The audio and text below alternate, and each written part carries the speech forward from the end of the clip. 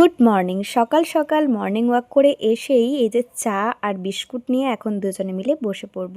তো তারপরেই চলে এসেছিলাম ছাদে। আর আজকের আকাশটা জাস্ট ওয়াও! এখন মনে হচ্ছে হ্যাঁ, শরৎকাল, দুর্গাপূজা চলে এসছে। আর ছাদে আর নিচে মিলে এই এতগুলো ফুল আমি কালেক্ট করতে পেরেছি আজকে। যাই হোক, এইদিকে ব্রেকফাস্টও বানিয়ে নিয়েছিলাম, সব কিছু দিয়ে একটা সবজি, পরোটা আর সাথে ছিল চা। এরপরে আজকে রান্নাবান্না নেই, ঘরদোর একটু গোছাগাছা করে নিয়ে এখন মাথায় স্নান করে একটু রোদ্দুরে দাঁড়িয়েছি। মনে হচ্ছে যে শীতের রোদ রোদ একটা ব্যাপার লাগছে। আর এরই মধ্যে আসে একটা ফোন কল, আর এই যে আমার জন্য খাবার এসেছে। আসলে আজকে ওর অফিসে খাওয়া দাওয়া রয়েছে, যার জন্য আর কি অর্ডার দিয়ে দিয়েছিল। তো বেশ ভালো লাগলো। নিজে ভেবেছিলাম হয় রুটি টুটি খেয়ে নেব, নয় একটু ম্যাগি বানিয়ে নেব, কিন্তু এটা দেখে সত্যিই ভীষণ খুশি হয়েছি।